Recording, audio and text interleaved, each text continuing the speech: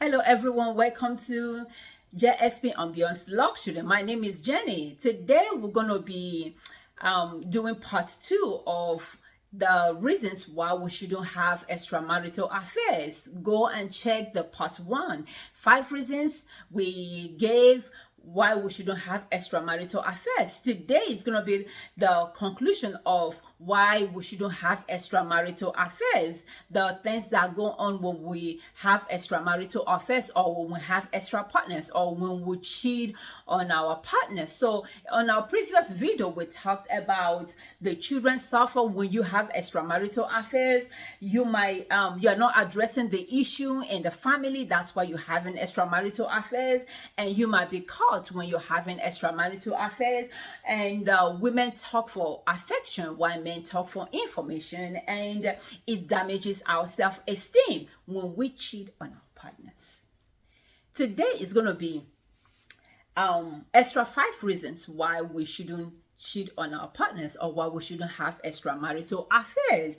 Number 6 is loss of trust in the cheating partner. Loss of trust in the cheating partner. When you cheat on your partner will not trust you anymore, and you don't want to tell your partner you're going to work, and your partner is thinking, okay, she's not going to work, or he's not going to work, or you say, oh, I'm going to the mall. Because you're cheating, or because you've cheated before, it's going to be hard for your partner to believe you. It's going to be hard for your partner to actually trust you and say, okay, I believe you're going to the mall. Because you cheat, or you've cheated in the past, it will be hard for you to be on the phone without your partner listening or eavesdropping on your conversation. It will be hard for you to say, oh, I'm going to my mom's house, for your partner not to think otherwise. That is the reason why we shouldn't cheat on our partners. Sometimes we get so comfortable that we think, okay, she's a loving woman, he's a loving man, even if I cheat, he or she's gonna forgive me. It doesn't. It's way more than that. When you cheat, it just too, I don't know, we just lose it. We just lose it when you cheat on us, or when women cheat, or when vice versa. It's never good when you cheat, because there's loss of trust. There is just loss of trust. Your partner is not going to trust you anymore, and you don't want to live with somebody who doesn't trust you. You don't want to live with somebody who you can't trust. It's not a good place to be. It's not a healthy relationship when you cannot trust your partner, or when your partner cannot trust you. So number 7 is it causes emotional instability. It causes emotional instability. It's like a roller coaster emotions, that is going on. And because of that, you find yourself that you're always maybe crying. You find yourself that you're always talking to yourself. You find that you're always emotionally, you are up and down. You're up and down. And for me, I remember after my divorce, I found out that I was taking out my anger on my children. I was always upset. I was, any little thing I could be upset, any little thing I could be off the roof. So I remember my daughter asking me one day, she said, why are you always upset? Is it because daddy left, that's why you're upset? She was 8 years then. She said, mommy, you don't need to be upset, you should be happy. I went to my room and I started crying that a girl of 8 years old could talk to me like that, could talk to me that, mommy, it's okay. That's not the end of the world. I cried, and I think that was one of the things that helped me to heal. She really, by saying that to me, it helped me to heal. So it causes emotional instability. It causes emotional roller coaster when you cheat. Sometimes you find out that some men will start drinking. You find out that some men will start going into drugs. You find out that you start doing things that normally you wouldn't do. Some men will start staying out late. Some women will start going to the club, because you just want to find a way of dealing with your emotions. And sometimes if it's not really addressed, if you don't come to the table and address the issue with your partner, you never know what it can lead to. It could lead to you killing your partner killing you, or messing up your whole life because of that. It's really, really hard when we cheat or when our partners cheat on us. That's why we shouldn't cheat on our partners. I know I made previous videos why we should cheat on our partners, but this video is reasons why we should not cheat. It's never good for us to cheat. Like I always say, when God made man and woman in the Garden of Eden, he made a male and a female. He didn't make males for a female, or he didn't make females for a man. He made a man, he made a woman, he made a female, and he made a man. That's how God made us in the Garden of Eden. So all this having extramarital affair, I think, is our own loss, is for our own gratification. Number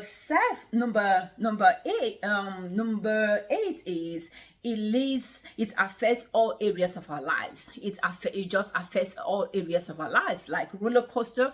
It just affects everything about our lives. Sometimes you find out that either you're working too much, or you're going to the club, or you're doing things that you're not supposed to be doing. Sometimes you could be taking out.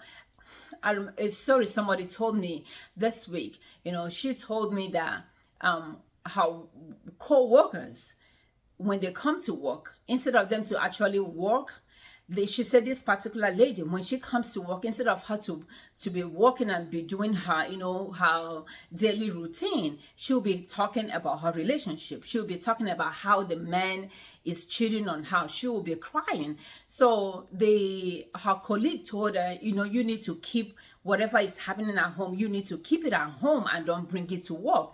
I know that is a good advice, but sometimes it's hard. It's hard for us to concentrate when we emotionally unstable. It's hard for us not to talk about it when we are at work. It's just hard for us not to look for somebody to talk to about what is going on in our life. So it affects every area of our life. You might be like, oh yeah, she could, keep whatever happens at home to be at home. No, sometimes you just want somebody you can talk to, or sometimes you can even take out your frustration on somebody, so it just affects all areas of our lives. And number 9 is it leads to a comparison of the other person. It leads to a comparison of the other person. Sometimes if we're asking ourselves, is it what is the person doing that we're not doing? Or sometimes the partner will be like, okay, the reason why I cheated is because you don't do this for me, you don't do that for me, you don't cook, you don't clean, you don't do this, you don't do that. That's the reason why I cheat on you. Listen, if you're looking for a reason to cheat on your partner, there are 100 reasons. There are millions and millions of reasons why you can cheat, or why you want to cheat, or why you cheated on your partner. There are so many reasons why you will justify your cheating. There are so many reasons. So don't say, oh, because she doesn't clean. She wasn't cleaning when you married her. He wasn't cooking when you married her, when you married him. She wasn't the type that go to church. Now you marry her, you want her to go to church, or that she's someone who goes to the club. Now you marry her, you want to change her from the lifestyle that she is used to. So you can talk about all of those stuff before you marry. And another thing is, the Bible says he who wants to build a house has to sit down and count the cost before you build a house. When you're getting married, we look beautiful now, we look handsome now. In 20 years and 30 years, we're not going to look the same. We're not going to be the same. We're not going to, if you're having children, your body is going to be sagging. If you're a man, you might end up having big stomach, or your gray hair is popping out, or, so don't think we when we get old, or when we get older, then you dumping us for younger men or younger women. This is a life process. You cannot say, oh, she's more beautiful than you, and he's more handsome than you, or he does this or he does that. You don't compare that person out there with your wife, because your wife is the one who got your back. That side chick or that man out there don't have your back. All they want is your pocket. So that's why you don't cheat on your wife. It leads to comparison. Even we start comparing ourselves. What is that she's doing that we cannot do? What is that she's giving you that we cannot give you? Or what is that he's giving that I, as a man, I cannot provide for you? So when you cheat, it leads to comparison. And number 10 is, it makes us feel worthless and used. When you cheat on your partner, it makes your partner feel worthless and used. When you cheat on them, nobody want to be cheated on. That is the fact. That is the truth. Nobody want to be cheated on. If you cheat on your partner, it makes your partner feel, she's being used, she's useless, she's being abused, and she's being neglected, and she's not, she doesn't want it anymore. She doesn't want it anymore. So when your wife have children, she give birth to so many children, don't think, oh, yeah, you should be how you used to be in your 16. You should be how you used to be in your 20s. No, things happen to our body. Our body expand. Some people are lucky. Their body go back to where it used to be. But for us, our stomach sag and, everything, grow out of proportion, because it's a life process and because we're having children. So when you cheat, it's a whole lot of things that go on in the family, which is not good. We talked in our previous video how it affects the children. So when you cheat, it's not good for your family. It's not good for the togetherness of your family. I was having a discussion with a friend of mine today. He told me, he said it's a man's nature to cheat. He said, Jane, it's just a man's nature to cheat. He said that's how men are. Men are meant to cheat. I said, but it wasn't in the Bible. It wasn't in the creation. When God made man, he didn't say, I'm making you to cheat. But he justified it. He said, look, our fathers, he gave me African, background. He said, look at our forefathers. They cheated on their wives. They brought in so many wives. They married so many wives. They had a lot of concubines, and they were able to hold their families down. I told him, I said, no, it doesn't work that way. For the fact that you marry so many wives doesn't mean you can take care of those many wives and you can take care of those children. I'm coming from a large family. You as a woman, is your responsibility to take care of the children. The man is there just to pump in the babies. It's the women to take care of it's the women's duty to take care of the children. And it's always chaotic in a polygamous family. It's always chaotic. People are always fighting. There's always quarreling. There's always fighting among the children. It's never.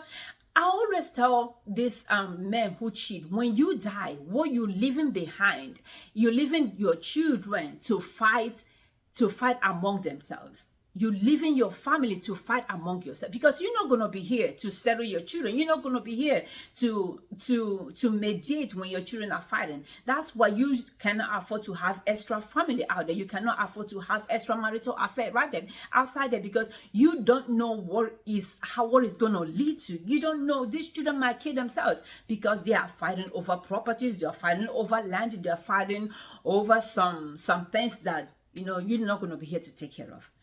That's why it's not good to cheat. And another thing is, when you don't have value for yourself, I believe it's one of the reasons also why people cheat, because they don't value themselves. Because for me, I used to ask myself, why would a man cheat on me? Why would a man cheat on me? I come to find out that it wasn't me. I am not the problem. Before, I used to think, oh, I'm not beautiful enough. Oh, I'm not fine enough. I didn't do my hair enough. I didn't cook enough. I didn't pray enough. I didn't fast enough. It was just me. Everything was wrong with me. But I come to find out that it wasn't me. The person didn't put value on himself or in himself. That's what he's doing, because when you value yourself, there's a way you carry yourself. When you value yourself, there's a way you talk. When you value yourself, there are people you don't relate with.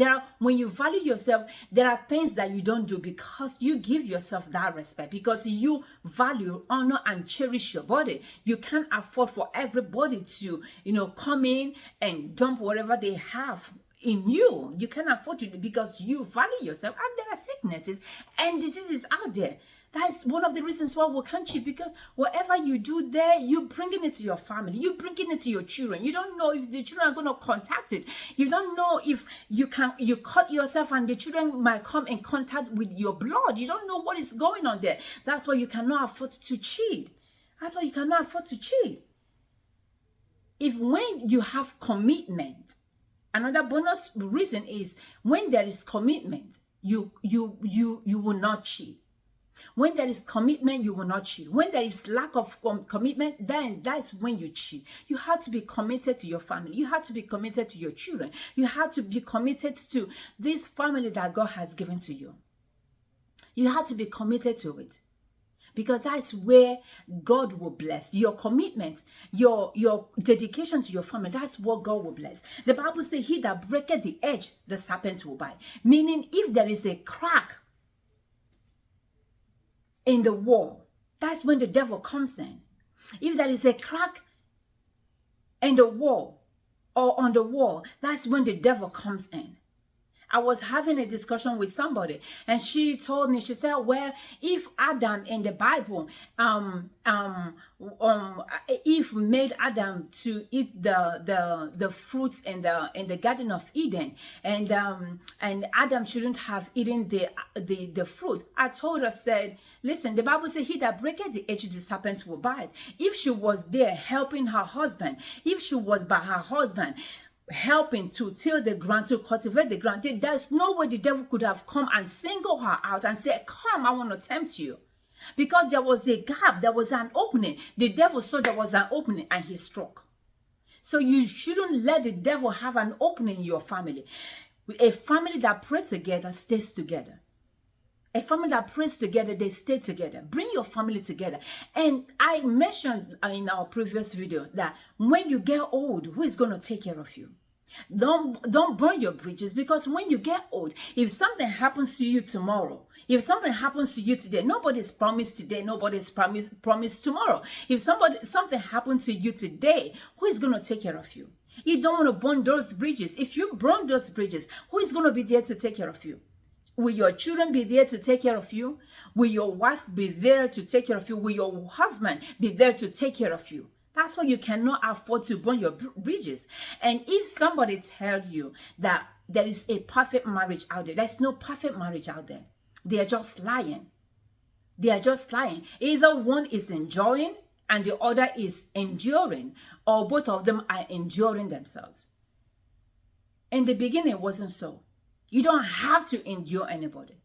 You have to enjoy. You have to enjoy your family. You have to enjoy your children. You have to enjoy the blessing that God has given to you. You have to enjoy the blessing. Your family is your blessing. That's your lineage. You have to enjoy your family, because this is the blessings of the Lord on you. That man, that woman is God's blessing. Have you wondered sometimes when things are going right in your family, when you are committed to your husband, when there's good rapport with your family, that God opens doors? Things are happening. And when there is a fight, or when there is a misunderstanding, things start falling apart. Because God cannot bless a commotion. God cannot bless something that is broken. God can only bless when there is something that is mended together. When there is oneness, when there is togetherness, that's where God comes in. That's where God blesses. A family that prays together stays together. So that is the end of our topic today. Don't forget to like and subscribe to our channel. And also our website is JSP Ambiance Luxury Candle.com. We have our candle there. This is I'm all yours. So don't forget to go to our website and support your girl, support our candle. We're bringing our soap very soon. We're really working on our soap. And also like and subscribe to our channel and share our channel with your friends, your family members, and your enemies too. Guess what? Our next topic is going to be, does women education end in kitchen? Does women education end in kitchen? There's a saying in Africa that says, oh, women's education ends in kitchen. So that's going to be our hot topic. I hope you stay tuned for that topic. And you can start, commenting also. Let me hear your side. Let me see your side. If women's education ends in kitchen, if they are right or they are wrong. Because I had a conversation with one of my friends. I told him I'm in school. He said, well, women's education ends in kitchen. Is he right or wrong? Let's prove him. I will see you next time. Until we meet again, remember, the Lord is the strength of a woman. Bye.